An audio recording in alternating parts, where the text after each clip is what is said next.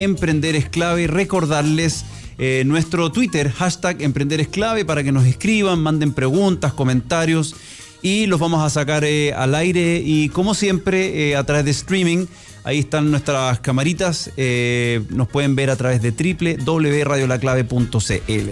Y estamos con Diego Berríos. Él es abogado, socio, director de IUS.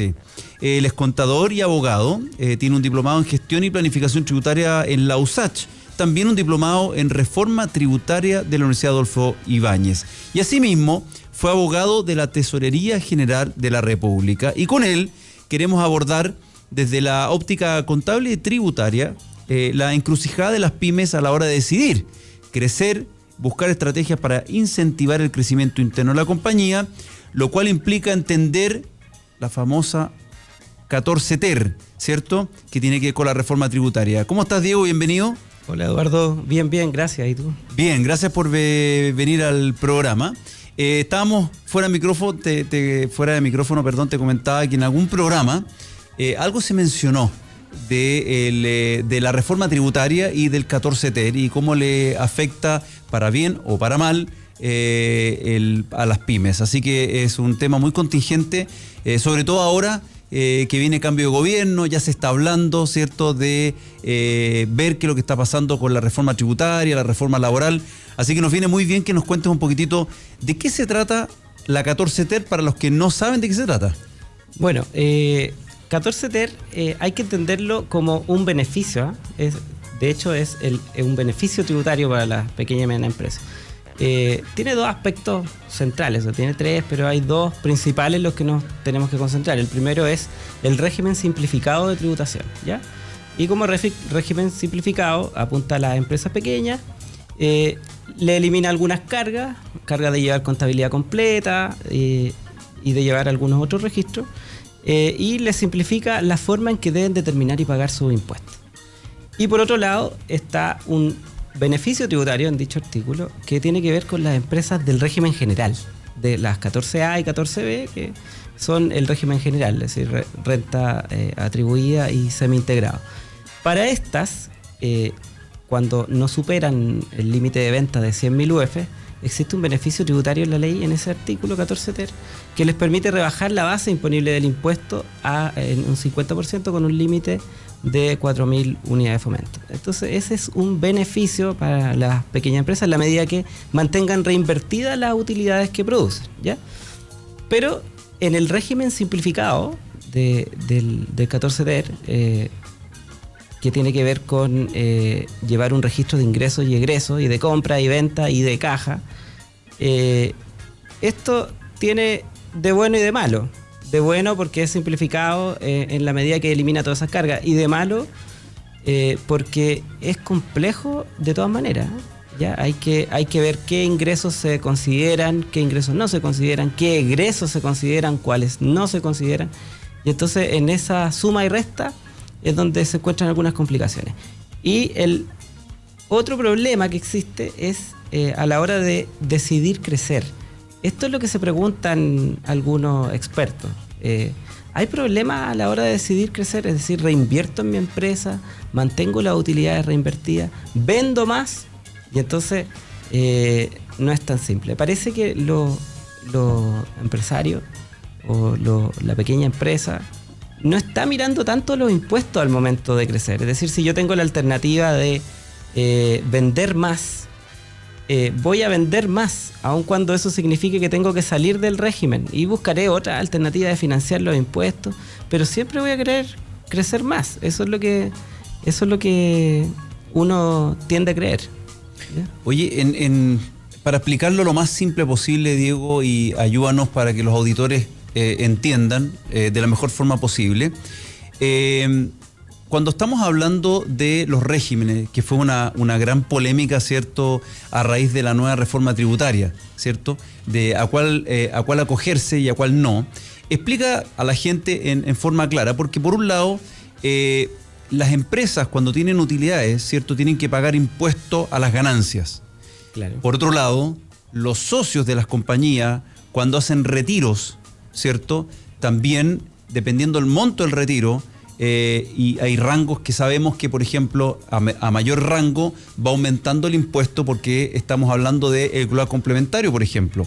Y hay algunas cosas que se netean y otras que no se netean. Entonces, por ejemplo, cuando hablamos de 100.000 UF, que estamos hablando de ventas anuales de 100.000 UF, ¿cierto? Es un tamaño bastante considerable en términos de que los emprendedores y muchas pymes están por debajo de ese nivel de facturación. Explícale, por ejemplo, a la gente lo más simple posible cuál es este proceso para que la gente entienda, agarrándonos de lo que tú dices. Oye, ¿crezco o no crezco? ¿Qué pasa con los impuestos? Te lo voy a explicar bien simple. Hay dos regímenes, ¿ya?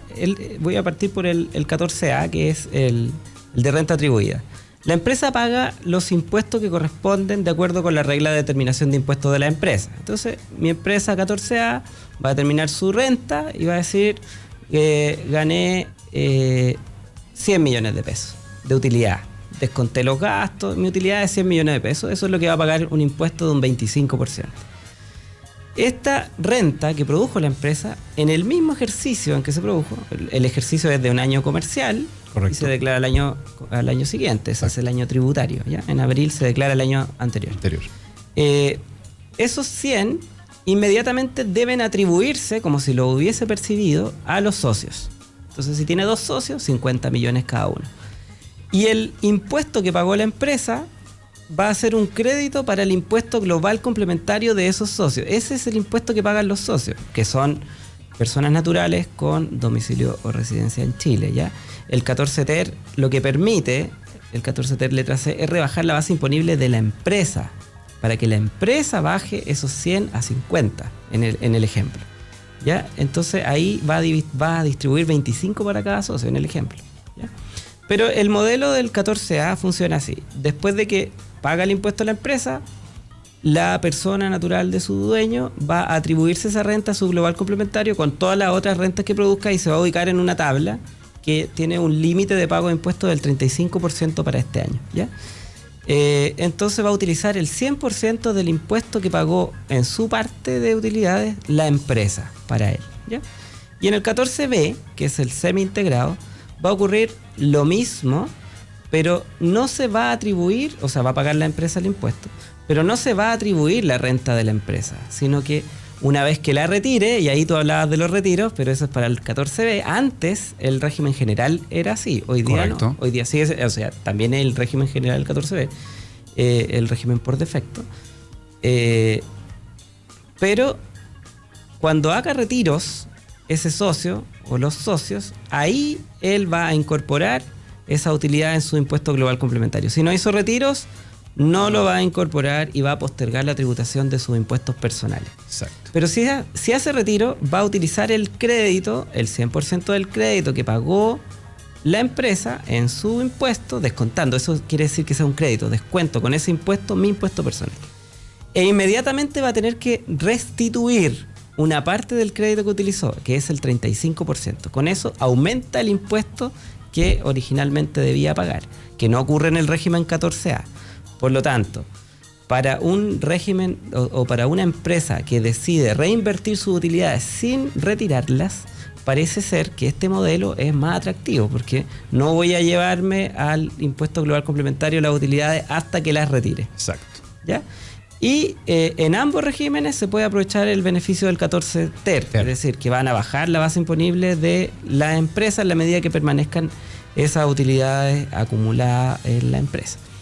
En el 14A, ese beneficio resulta mucho más claro de entender, ¿ya? Porque como se atribuye inmediatamente el impuesto, voy a pagar impuesto por la mitad de las utilidades, me voy a atribuir la mitad de la renta, pero si me decido retirar esa utilidad en el 14A, ahí entonces voy a tener que restituir el beneficio, es decir, voy a tener que pagar yo como global complementario la diferencia de impuestos sin crédito, porque no pagó en la empresa el impuesto.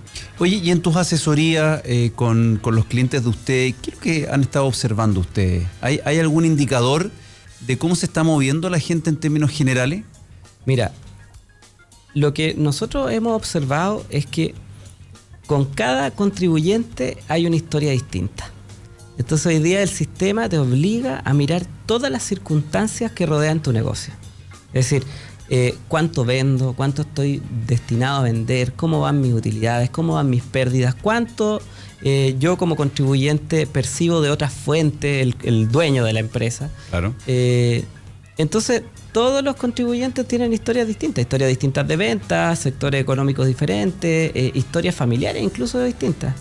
De pronto conviene dejar resuelta la situación tributaria de la empresa para no tener un problema sucesorio, hereditario, etcétera. Y entonces las decisiones son distintas dependiendo del tipo de contribuyente. Entonces no hay una respuesta muy clara. Lo que sí, el ideal es siempre postergar los impuestos. Eso es el ideal al que aspira el contribuyente. Es decir, pago lo menos posible, postergo la tributación personal lo más que se pueda. Eso es como una lógica de planificación tributaria bien utilizada.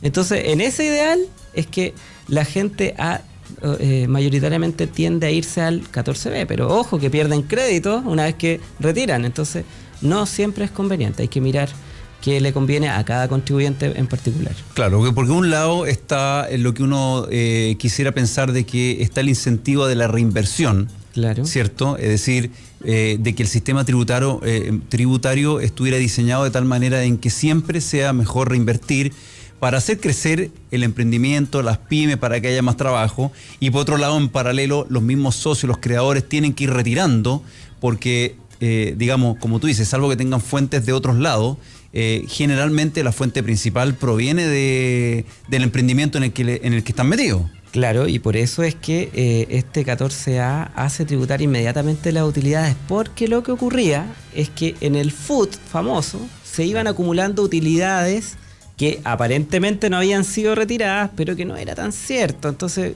que se quiso transparentar un poco ese hecho y se decide que estas empresas puedan decidir ellos tributar inmediatamente una vez que han generado la utilidad y llevarla al global complementario. Para incentivar esto se bajó la tasa del global complementario del 40 al 35%.